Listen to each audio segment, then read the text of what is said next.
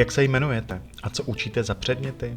Ahoj, jmenuji se Dáša Šimková a na naší škole učím především psychologii a pedagogickou praxi.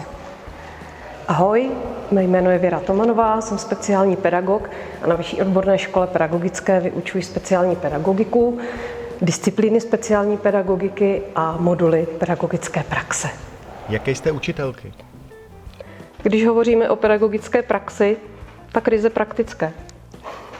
Co máte rádi na Litomyšlském pajdáku? Co mám ráda? Mám ráda studenty a lidi, kteří jsou slušní, upřímní a zásadoví. Co nemám ráda, je neupřímnost, lhostejnost a účelové jednání jen ve prospěch sebe samého, a k tomu se také snažím vést i své studenty. A mám ráda pochopitelně svůj obor, psychologii a pedagogickou praxi. Já mám ráda předměty speciální pedagogiky, které zde mohu vyučovat.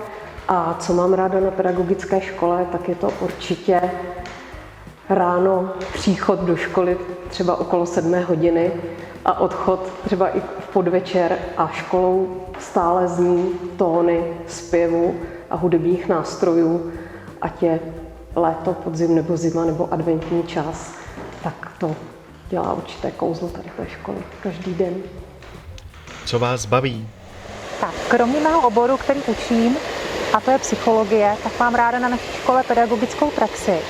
Domnívám se, že pedagogická praxe je velkou devizou naší školy, protože studenti v průběhu studia si vyzkouší různé typy, souvislou, průběžnou, blokovou, pedagogickou asistenci a získávají při ní cenné zkušenosti, které jsou v podstatě nenahraditelné žádným jiným teoretickým předmětem. Proto si myslím, že právě pedagogická praxe je velkým plusem naší školy. A to je to, co nás baví, že nejen tato budova, ale i ostatní budovy základních škol a mateřských škol tady v Litomyšli slouží k vykonávání praxe pro zdejší studenty, kde trávíme společně vždycky jedno pololetí s jednou skupinou a studenti se pak i dále do těchto zařízení mohou vracet v podobě individuálních praxí. A tak nám nezbývá než říci: Přijďte k nám.